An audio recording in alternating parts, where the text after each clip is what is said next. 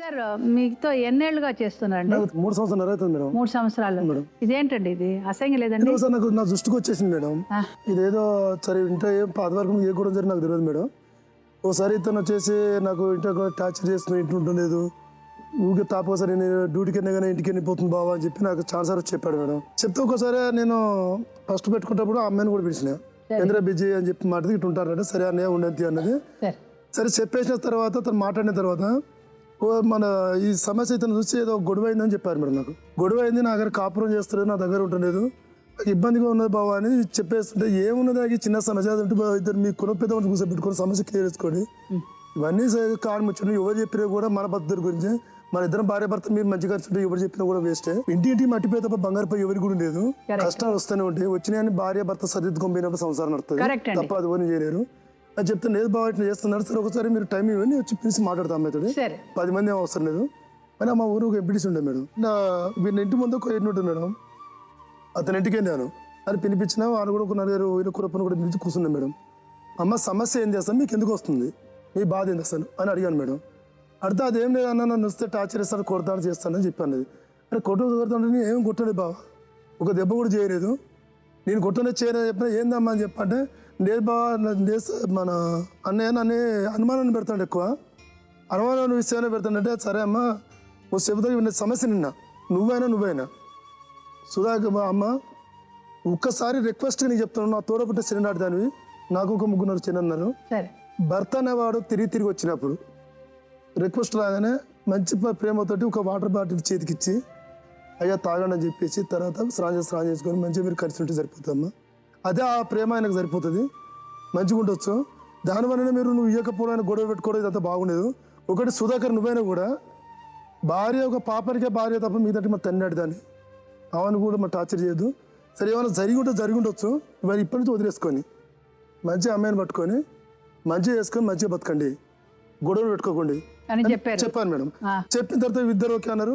నా కారు కూడా రాకున్నా పర్లేదు, మీ ఇద్దరు భార్య భర్త మంచిగా ఉండింటే అని చెప్పి ఇంత అమౌంట్ చేతికి ఇచ్చాను, ఎవరు మంచిగా చూసుకోండి బాబు, మీరు టెన్షన్ పడుకొని చెప్పింది. సార్ చెప్పేది ఓకే అనుకున్నారు మేడం అని ఉన్నారు. ఆ తర్వాత 2 రోజులే ఉన్నాడు మేడం. ఉండి మన బండికి వెళ్ళిపోయిన తర్వాత మన వచ్చే వరకు మన అమ్మాయి మన పోయిందని చెప్పి మనకు చెప్పింది మేడం. ఫస్ట్ ఆఫ్ ఆల్ ఈయన అనుమానం పోవాలండి, అనుమానం పోతేనే ఒక భార్య భర్తలు సంతోషంగా ఉంటారు. ఎప్పుడు ఒక మనిషికి అనుమానం వచ్చిందంటే డెఫినెట్ గా వాళ్ళు కాపురం చేయరు. ఇలాగే రోజు గొడవ పెట్టడం రావడం. తర్వాత చాలా అసహ్యంగా మాట్లాడుతున్నారు. ఈయన వచ్చి ఈ పిల్లలు నాకు పుట్టలేదంటే ఎంత అసహ్యంగా ఉంటుంది. ఈ పిల్లలు పెద్దవాళ్ళు అయిపోతే ఏమనుకుంటాడు నాన్నగారి గురించి. అలాంటి వాళ్ళది నిజమైన ప్రేమ కాదు, అది వ్యామోహం. ఎగ్జాక్ట్లీ చిన్నత్త, నిజంగా ప్రేమించుకున్న వాళ్ళు అలా చేయరు. ఎంత మనసు విరిగిపోతే కన్న కూతుర్ని పట్టుకొని మా దృష్టిలో చచ్చిపోయా ఉంటుందా తల్లి? అది సరే అమ్మా, తన కూతురుతో తన మాట అనేటప్పుడు ఆమె మాటల్లో వ్యథ, కళ్ళల్లో బాధ గమనించావమ్మా? పెద్దబాబుకు బర్త్డే విషెస్ చెప్పు కూడా వెళ్ళాం కదా. ఊరికే ఎలా కాలిపోతుంది, మంట పెడితేనో పడితేనో తగలబడుతుంది.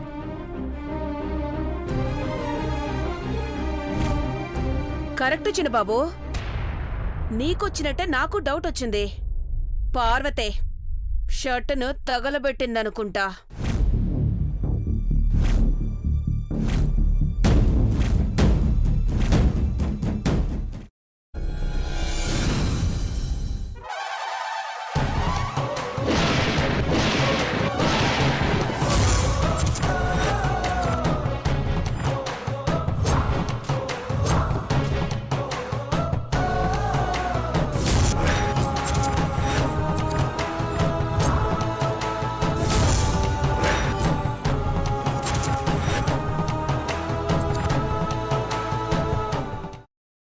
తర్వాత పొట్టు తీసేసి చాప్ చేసి పక్కన పెట్టుకోవాలి.